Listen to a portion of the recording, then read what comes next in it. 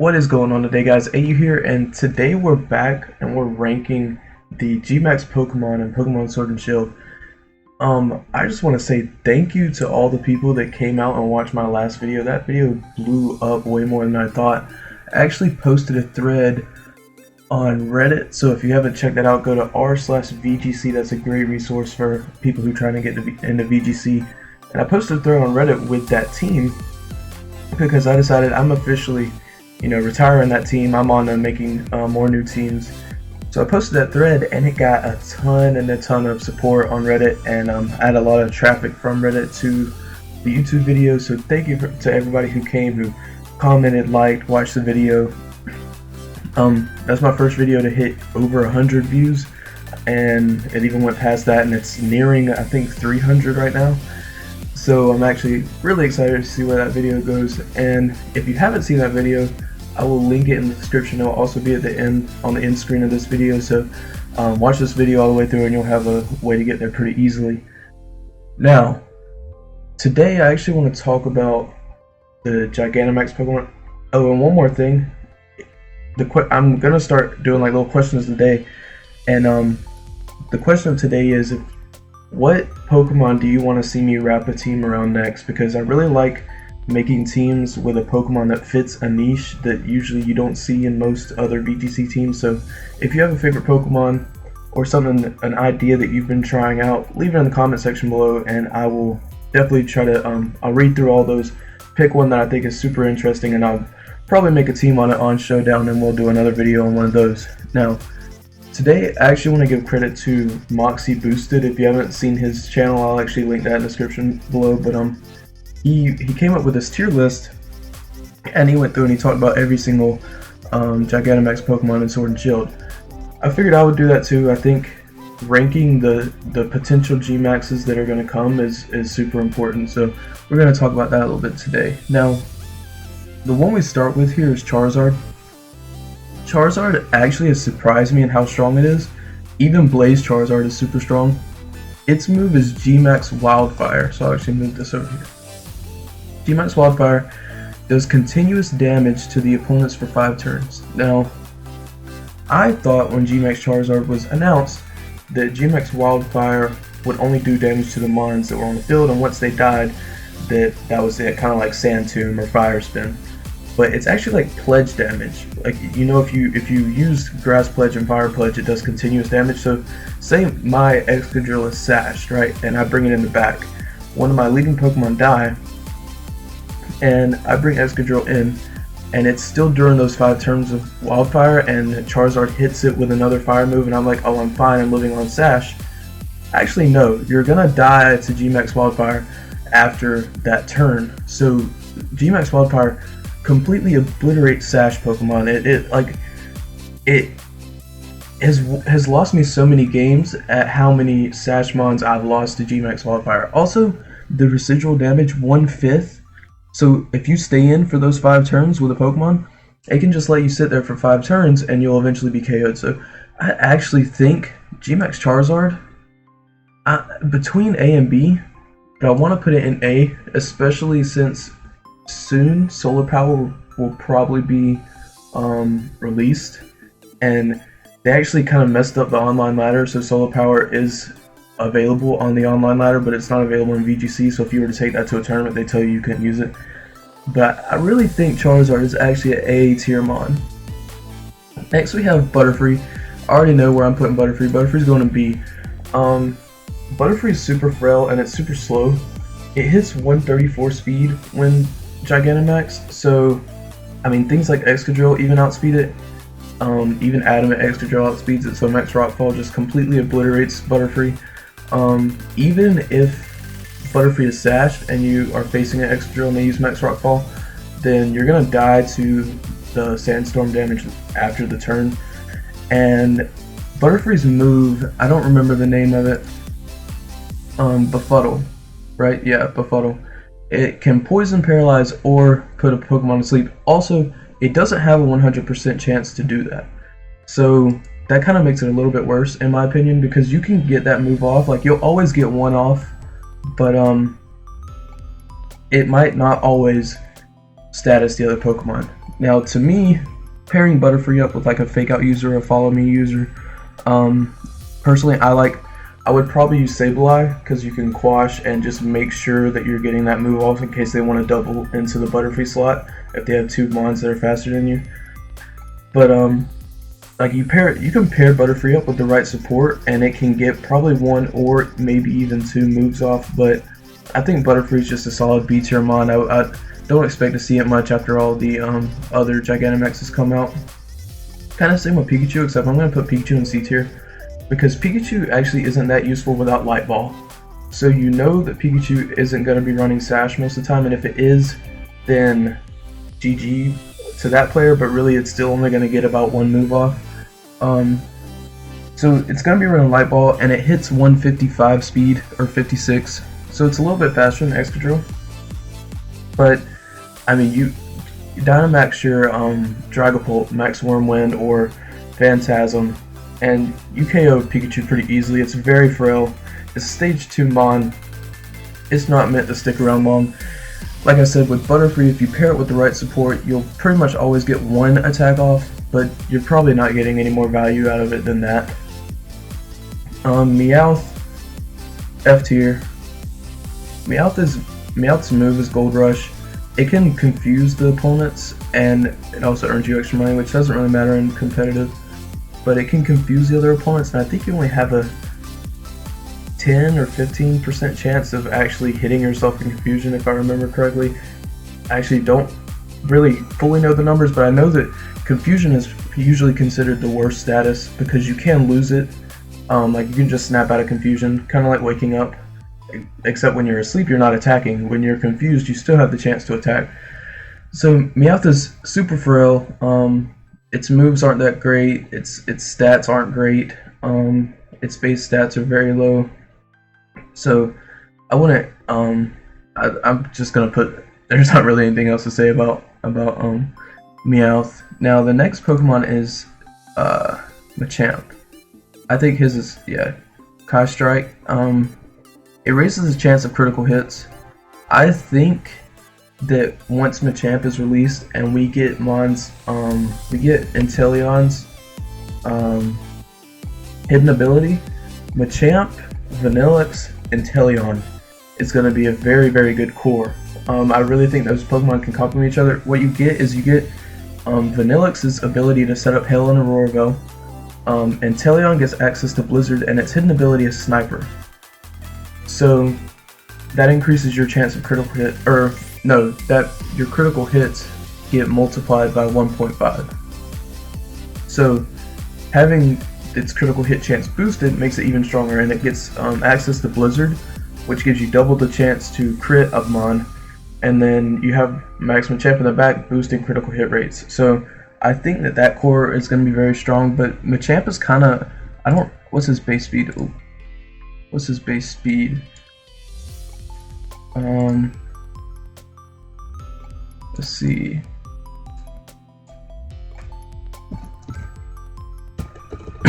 Oh, excuse me. So it's at base speed 55. I think that hits 120 something? 117. So he hits 117 speed, which isn't great. He has some actually good, fairly good HP stat and pretty high attack stat. His special defense and defense are 100 and 105. So he's pretty bulky. I feel like he's going to be annoying to take down. Give him an Assault Vest, and I actually think Machamp could be pretty good. Because Conkeldur's kind of ruling the meta right now. GMAX Machamp might take his spot once it comes out. So I think I'm actually going to put GMAX Machamp probably B tier. Its coverage moves aren't great, but I think its stats kind of make up for that, and the synergies that it can have with some Pokemon makes up for that. So I would definitely put Machamp at B tier. Now Gengar, where's Gengar? Is that Terror? GMAX Terror. This Pokemon steps on opposing Pokemon's shadow to prevent them from escaping. So that's not super great to me. I would probably put Gengar in C tier. It already has access. It has access to Parasong, but the only problem with that is you would have to use your GMAX move before you use Parasong. To me, Gengar's a little bit too frail to be relying on living all 3 GMAX turns unless you can just really stall it out with a follow me user or something to complement it. On its own, Gengar is super fast and hits super hard, but it's super frail. So, and like it gets outsped by Dragapult, even if it's running Scarf, because when you're GMAX, your Scarf isn't taken into account. So, I really think that Gengar is probably somewhere around C tier. It can have a niche. It definitely has a niche, but I definitely think that it's somewhere around C tier. Kingler, I don't know. Let's see. Kingler. So Kingler's move harshly lowers the speed of opposing Pokemons, and I'm not a big fan of moves that lower the other Pokemon stats. I'm more of a fan of boosting your own, because they can always switch out and lose those stat debuffs. But I think that's actually a pretty good move. Speed control is very important. It's kind of like a max airstream that puts you up 2 stages of speed. So I'll put Kingler somewhere around C tier, and then Lapras is going to be the first S tier mod. If you haven't seen my video on GMAX Lapras, I'll also link that one in the description. Lapras' move is GMAX Resonance, and it sets up Aurora Veil no matter the weather, no matter, like, it can be sand, rain, hail, anything. GMAX Resonance is a super powerful move. Pair it with some bulky mons in the back like Togekiss, Weakness Policy Duraludon, Rillaboom whenever it gets its hidden ability released, Grassy Surge. This mod is going to become super good, and since Resonance is a Ice type move, it can still set Rain. So you even have some options with like Hydration, Rest, Lapras for after it's not GMAXed anymore. Lapras is definitely going to be ruling the meta once it is released. Eevee I'm actually going to put in D tier. I don't think Eevee is completely useless. Its ability to like moves like Last Resort and stuff like that isn't horrible, and Infatuation is also not great, but at the same time there are a couple attraction teams that are running around, and it can be annoying. So I think in best of 1, bringing Eevee is actually not horrible. I think in best of 3 it is pretty bad, because you always know what the gender of the other Pokemon are going to be. I think if Eevee could infatuate Pokemon even if regardless of the gender, it would be a lot better. But since it can't, I'm going to stick it at D tier, and then yeah, that's pretty much all there. Snorlax, I'm going to put it A tier. Snorlax, most of you probably know Snorlax's move is GMAX, what's it called? GMAX Replenish. GMAX Replenish lets it find a berry that it's already ate, so a lot of people use Belly Drum, and then they'll eat the berry with Gluttony, then they'll Dynamax and try to replenish that berry with GMAX Replenish. Once Snorlax is Dynamaxed, it is so hard to kill. Like, I don't think you will kill a Dynamax Snorlax or a GMAX Snorlax. You'll probably have to try to stall out the GMAX turns and KO it once it's not Gigantamaxed anymore. But the only downside is Replenish doesn't always find your berry. So you could use Replenish 3 times and never find your berry and go back to your regular form at like 10% HP, 15, whatever. So that's the only downside to it. A lot of people like to pair it up with maybe like an Oranguru, kind of like the belly drum Greedent strategy, where you pair it with an Oranguru with Symbiosis and pass on another berry. Overall, Snorlax's special defense is just super high. You boost its defense and HP, and then you use Belly Drum to max out its attack, and this thing becomes a monster. The only problem is it needs to set up, and then it needs to find a berry while it's Gigantamax, but I really think that it's a A tier mon. Next we have Garbodor. I actually don't know what his move is. GMAX Maloder. It poisons opponents. I'm pretty sure it poisons opponents regardless of type, so it can poison steel types too. And poison is, in my opinion, a good thing to have. You would have to watch out for Guts Pokemon, but Poison is definitely good, and I think I'd probably put it high C tier, low B tier, but I'm gonna stick it in C tier because I think there are mods that are definitely better than it. But yeah, I think Garbodor is actually gonna be a pretty solid GMAX slot to use. Next we have Korbinite. Now, Korbinite this generation, I don't think is like this year for VGC. I don't think is great because I feel like GMAX Airstream is better than Korbinite's GMAX move, which takes the slot of GMAX Airstream, because GMAX Airstream provides speed control, whereas Korbinite gets rid of hazards and gets rid of terrains and screens. I think getting rid of screens is really big because Grimmsnarl is still running around a lot, and once GMAX I don't know if it gets rid of GMAX Lapras' screen, but if it does, then its usage will probably go up. Unnerved Korbinite also counters Snorlax, so maybe like a GMAX Unnerved Korbinite could counter Lapras and Snorlax at the same time, which are two pretty high tier mods in my opinion.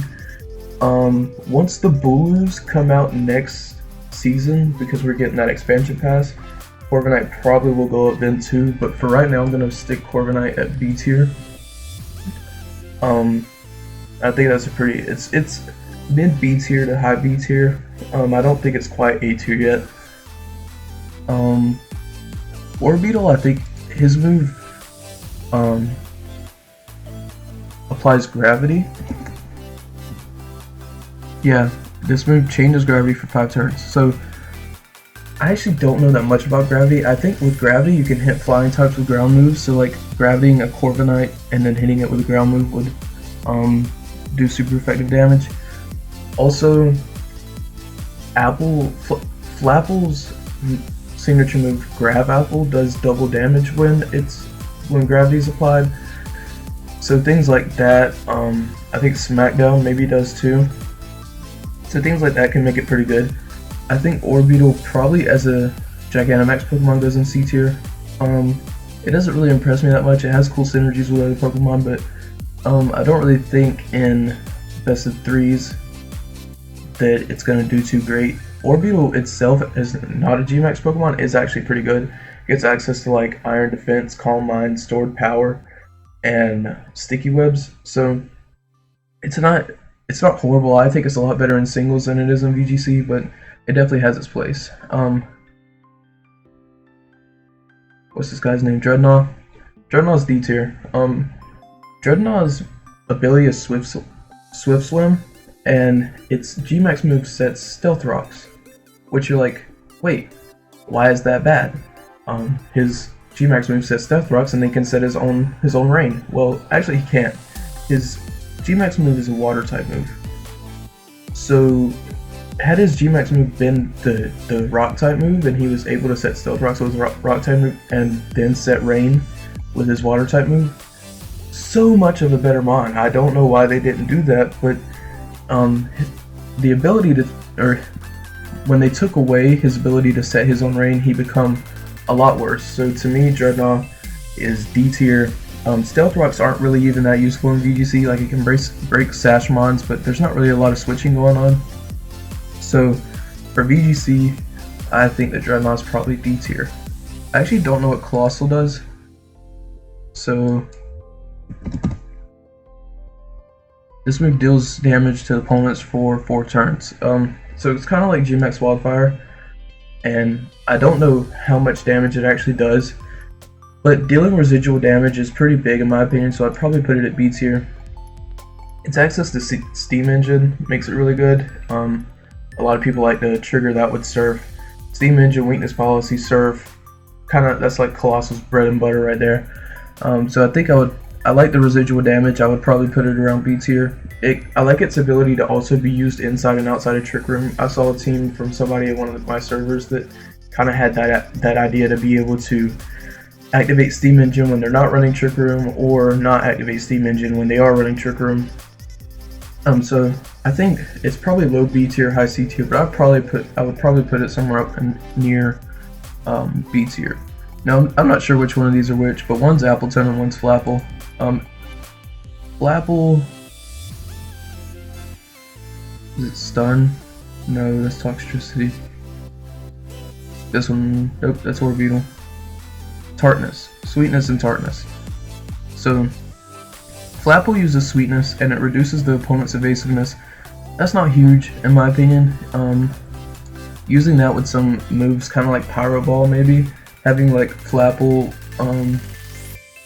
Gyarados, Cinderace as a core and using sweetness to boost the accuracy of bounce and Pyro Ball and high jump kick and things like that could be strong. Flapple also gets the ability Hustle, which is ignored when Dynamax, so it's outputting double damage. It also has Ripen and Gluttony, which to me are better on Appleton, but I think Flapple is probably B tier, and having the ability to increase your inaccurate move, so you're not like banking on a 90% accurate move to win you the game or an 85% accurate move to win you the game. Hitting rock slides all the time is really big because it gives you double chance for flinch. So I think Flapple's not horrible as a GMAX mon, and so yeah, I think I would definitely put him B tier. Appleton gets tartness or sweetness. GMAX Appleton uses sweetness. This moves heals status conditions of allies, so that's actually pretty good. Appleton is also super bulky, so killing it as a Gigantamax mon is probably going to be pretty hard. I know it gets access to Calm Mind and Iron Defense. I ran into an Appleton with that one time on the VGC ladder, and it was really annoying to kill. It gets Thick Fat, which reduces damage from Ice and Fire type Pokemon, which is super big because it has a 4 times resistance to Ice. It also gets Gluttony, which activates you very earlier, and Ripen, which I think if you're holding leftovers and you have Ripen, you heal more HP back each time, and it also heals more from a berry. So I think Appleton is probably the better of the two in VGC, and I would put it at low A tier, high B tier. So I'm going to stick it at A tier for right now. Sandaconda is B tier, definitely. Like I said, residual damage is really nice. It can trap Pokemon, which I don't know if Colossal also does, but I know Sandaconda traps Pokemon. It's used a lot on Parastrap teams. Its ability is also very interesting, Sand Spit. If you hit it, it sets sand. So being able to set sand for like Excadrill or something is really useful. And I think overall, it's a B tier mon. I'd put it like right in the middle of B tier. I don't think it's high or low B tier. Alright, so next up we have Toxtricity. I actually don't know what Toxtricity does. Sorry. Toxtricity, it can poison or paralyze. So it's kind of like a repeat of Butterfree Pikachu. And also Garbodor.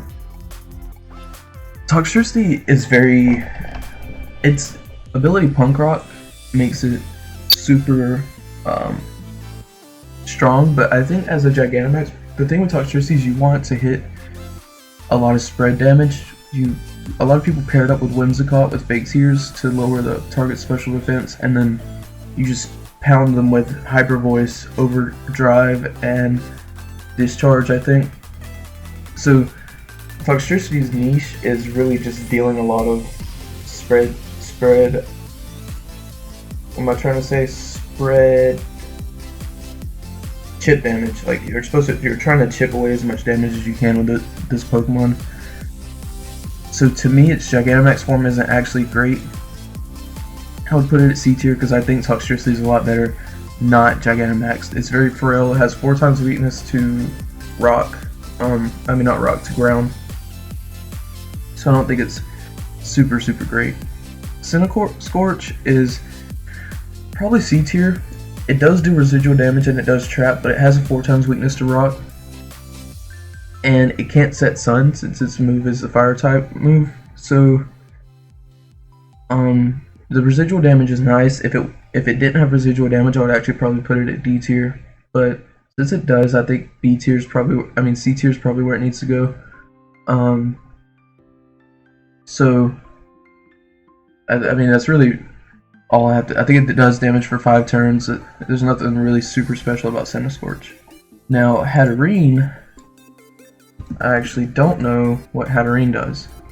Confuses opponents. Okay, so Hatterene probably, is it a is that the psychic move?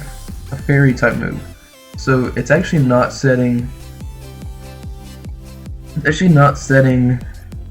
Misty Terrain, which I think is actually pretty bad. I like Misty Terrain a lot, so I would probably put Hatterene in D tier.